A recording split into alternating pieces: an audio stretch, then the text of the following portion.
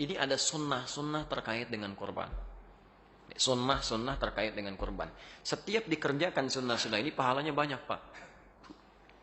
Jadi kalau Anda kehilangan sunnah ini, sayang.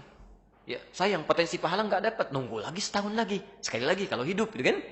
Nah, jadi persoalannya adalah, sementara orang berkurban seringkali cuma nitipkan uang kurban ke satu masjid atau satu tempat, terus nungguin sampai tanggal 10. Ya, sementara sunnah-sunnahnya nggak diikuti. Oh, itu nggak dapat pahala, sayang. Ya, kalau cuma nunggu-nunggu saja, sayang. Ya, sayang, potensi nggak dapat. Apa di antara sunnahnya?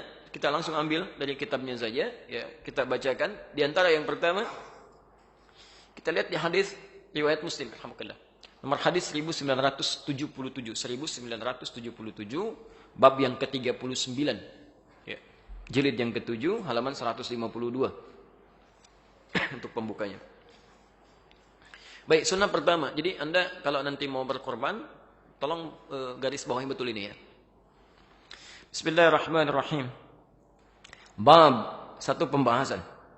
Babun nahyi man dakhala alaihi ashru dzil hijjah wa huwa muridu tadhiyah.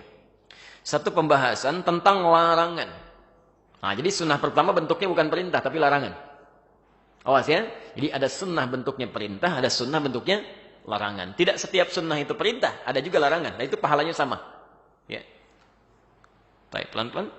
Babun nahyi, bab tentang larangan. Man dakhala alaihi ashru dzil hijjah, bagi siapa yang telah memasuki awal 10 pertama Dzulhijjah, maksudnya tanggal 1 Dzulhijjah sudah masuk, gitu kan?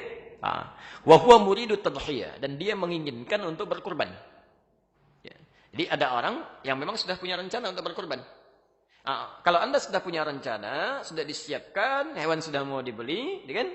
Maka sejak tanggal 1 Dzulhijjah, sunnah pertama, ayyakhudha min sya'rihi aw adharihi syai'a. Nahyun an ya'khudha min sya'rihi aw adharihi syai'a. Itu ada larangan memotong kuku dan seluruh rambut yang melekat pada tubuhnya. Saya ulang, larangan memotong kuku dan seluruh rambut yang melekat pada tubuhnya. Baik, yang pertama, larangan ini berlaku khusus bagi yang akan berkorban saja. Kalau yang tidak perlu. Jadi ini bagian pertama.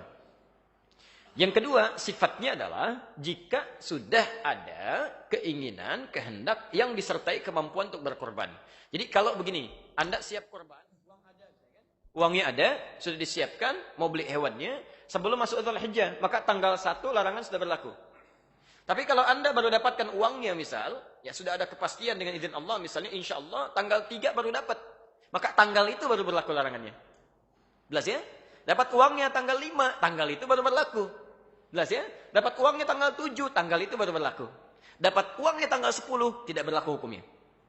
Jelas ya? Tidak berlaku hukumnya. Karena ini hanya berlaku bagi tanggal 1 sampai dengan menjelang akan dipotong hewan korbannya. Ya. Jelas sampai sini? Baik.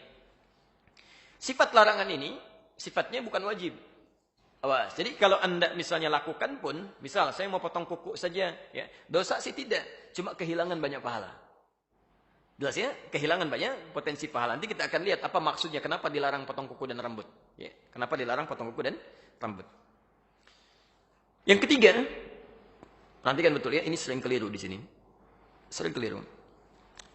Hadis ini jelas menunjukkan dari semua kalimatnya. Bahkan nanti runtutan keterangannya. Yang dimaksud larangan itu berlaku pada orang. Bukan pada hewannya. Bukan pada hewan. Nah ini ada kekeliruan-kekeliruan yang menyebar di masyarakat menunjukkan bahwa, nanti saya perjelas lebih jauh di siaran yang lain, bahwa ada sementara mengartikan yang dilarang itu adalah memotong kuku dan bulu hewan kurbannya. Ini yang jadi fatal, kesalahan ini terjadi, maaf, adanya proses penerjemahan, khususnya di Indonesia, yang punya kebiasaan buruk. Jadi penerjemah ini kadang-kadang penerbitnya membagi-bagi terjemahan nih. Ya. Ini misalnya Sahih Muslim nih, dibagikan ke sekian orang, 3 orang menerjemahkan. 3 orang ini kan kapabilitasnya berbeda-beda. Dan tidak bisa membedakan antara bahasa hadis dengan bahasa fikih. Apa yang terjadi? Ada yang mengartikan larangannya, larangan memotong kuku dan bulu binatang korban. Diterjemahkan ke dalam bahasa Indonesia, ini saya ada kopiannya ya. Nanti lebih jelas lah bisa kita bahas di kesempatan lain.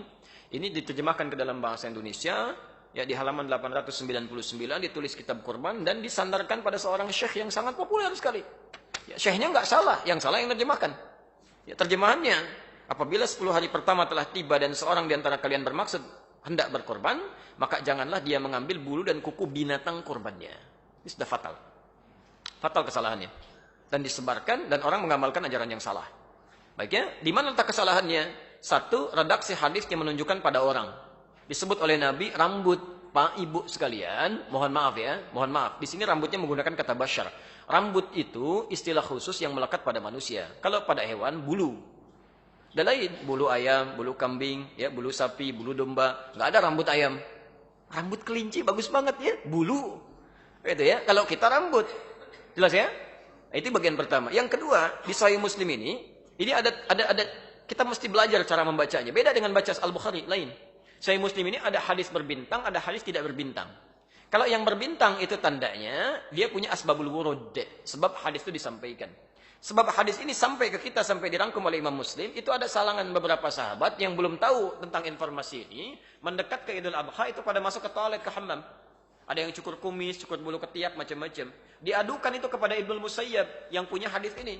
Kata Ibnu Musayyab, "Hadza haditsun qad nusiya wa turika." Ini hadis sekarang sudah banyak orang yang lupa, banyak ditinggalkan.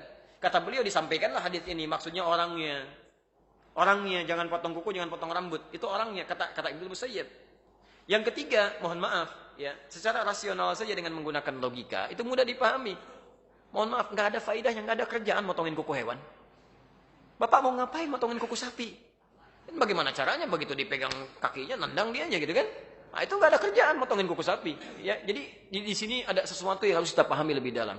Dan ada maksudnya. Di sunnah yang pertama ini maksudnya supaya Allah berkenan nanti mengampuni dosa-dosa yang bersangkutan ketika hewannya disembelih. Jadi begitu hewan disembelih, dari ujung rambut sampai dengan ujung kuku paling bawah di kakinya, itu Allah berkenan mengampuni. Khawatir ketika belum diampuni sudah dipotong, terpisahlah bagian dari dirinya. Bersaksi di akhirat nanti, gitu kan? Nah, padahal sebagian dosa-dosanya sudah terampuni di hadapan Allah Subhanahu wa taala. Nah, ini baru sunnah yang pertama, belum bagaimana nanti sunnah memilih hewan kurbannya, sunnah cara menyembelihnya, sunnah cara membagikannya, termasuk persoalan-persoalan di dalamnya.